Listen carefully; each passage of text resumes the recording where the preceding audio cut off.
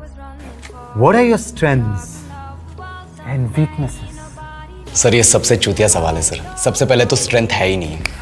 In English, please. I'm telling you. Why will I tell you my weaknesses? मैं आपको अपने strength weakness के नाम पे बताऊंगा। You know, जैसे English. I'm a perfectionist. मैं वर्कोहॉलिक हूँ। मैं इनोसेंट। English. अच्छा बैंक क्या लौड़े? ये क्या इंग्लिश इंग्लिश इंग्लिश लगा रखा है बे? 4 साल का था मैं जब मेरे पापा जबलपुर में किसी हलवाई के यहाँ काम करते थे। खुद तो कभी स्कूल गए नहीं, इसलिए अपनी गांड घिस घिस के मुझको स्कूल में भर्ती करवाया। अब कहने के लिए तो वो इंग्लिश मीडियम स्कूल था, लेकिन साले हमारे टीचर लोग खुद हिंदी में बात करते थे। हमारे स्कूल के लड़के एक दूसरे से यो व्हाट्स अप डॉग ऐसे बात नहीं करते हैं।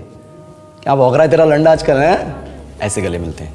किसी तरह रट्टा मार मार के 10th तक पहुंचे तो पता चला कि जिंदगी में सफल होने के लिए एक ही तरीका है और वो है इंजीनियरिंग। सब यही कहते थे। माँ बाप, टीचर लोग, गली का वॉचमैन भी हमसे पूछता था, और भैया कैसी चल रही है आपकी तैयारी? भग बेंचो, तुमको क्या करना है? इसलिए हमारे स्कूल के बच्चे हम सब पहुंच गए बकरों की तरह। मैं IIT, मैं NIT। अरे जिस बच्चे ने अपने बाप को जलेबी तलते देखा है वो तो यही सोचेगा ना कि जिंदगी में पैसा ही सब कुछ है। I did not choose this engineering life, sir, and neither did this engineering life choose me. It was shoved down my throat by my teachers while my hands were tied to my back by my friends and my parents watched in silence. और English सुनेगा तू मादरचोद तो सुन। 10th के बाद 2 साल लग गए इस कॉलेज में घुसने के लिए, कोचिंग में निकाल दिए। ना कुछ खेले ना कुछ सीखे, और 2 साल बाद जब यहां पहुंचे तो पता चला कि बड़े शहरों के कॉन्वेंट स्कूल के पढ़े बच्चे जब अंग्रेजी में बात करते हैं तो मरे हुए फूल भी खिल उठते हैं। आहा, हवा में ऑक्सीजन की मात्रा बढ़ जाती है इनकी अंग्रेजी सुन के। और पूरे कॉलेज की लड़कियां इन इंग्लिश स्पीकिंग लड़कों को अपना जीवनसाथी.com मान चुकी है। तुझे क्या लगता है?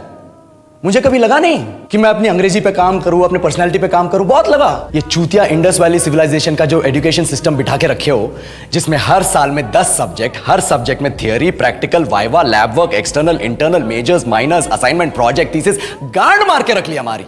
महीनों तक नहाना भूल जाते हैं हम लोग, और फिर हमारा परसेप्शन बना देते हो कि हम ऐसे ही रहना चाहते हैं। अब इस साल में एक बार कल्चरल फेस्टिवल आता है, एक बार। उसके लिए भी प्रोफेसर से भीख मांगनी पड़ती है। अरे बिना इंग्लिश बोले, बिना लड़कियों से बात किए कौन गांडू रहना चाहता है वैसे?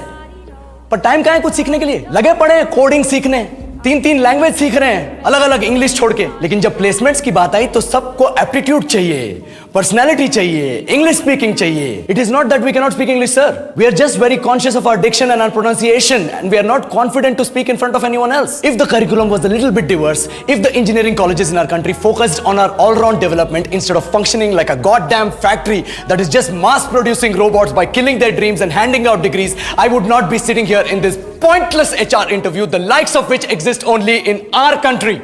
ये लो सर, बोल दिया मैंने 4 और लाइन अंग्रेजी में। अब बताइए, क्या मैं आपके मल्टीनेशनल कंपनी के लायक हूं? Do I have the potential to be a slave of your esteemed organization?